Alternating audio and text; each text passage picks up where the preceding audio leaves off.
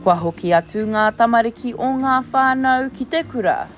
Pēnei I tēnei koraua e whakahoki ana I āna mokopuna.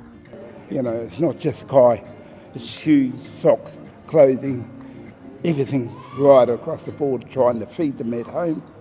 E hara I te mea ko te koraua anake e rongo I te ngau o te rā tuatahi o te kura.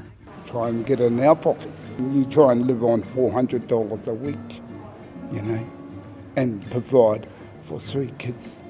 I just admire their courage and their tenacity. They never give up. You know, they're here day after day after day, even when it's tough. He manukura a Piggy Burrows no te kura nei. E mārama ana ki te āhua e noho nei ngā whānau I tēnei wā o te tau. Poverty is a great thing. There are, I think, 1 in 9 children in New Zealand face poverty. And so given the equity index of Haeata, that is a big concern for us. Many families whānau living on benefit, etc., who work really, really hard, but there's just not enough money to stretch it. When I was looking at the pricings, it was pretty up there, so I think that was a big struggle for me, trying to get it ready for school, having the right uniform. Ko ngā ākonga hoki e rongo ana I te ngau o ngā utu.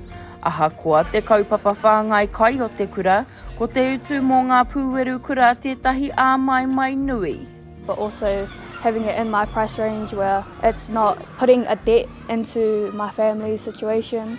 Nō reira, ka pēhia te kura e tautoko I nei wero o ngā whānau. Even when it is hard, you know, if you struggle for food, they will do your food parcel here.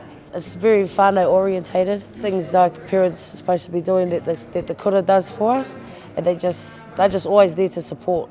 And the good thing about this kura is they actually feed the whānau. Kua mutu te rā tuatahi o te kura, he hoki ki te kāinga te mahi.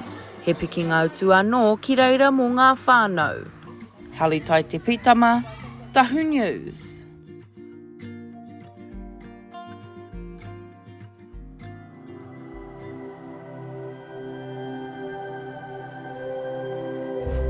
Ko te reo, te take.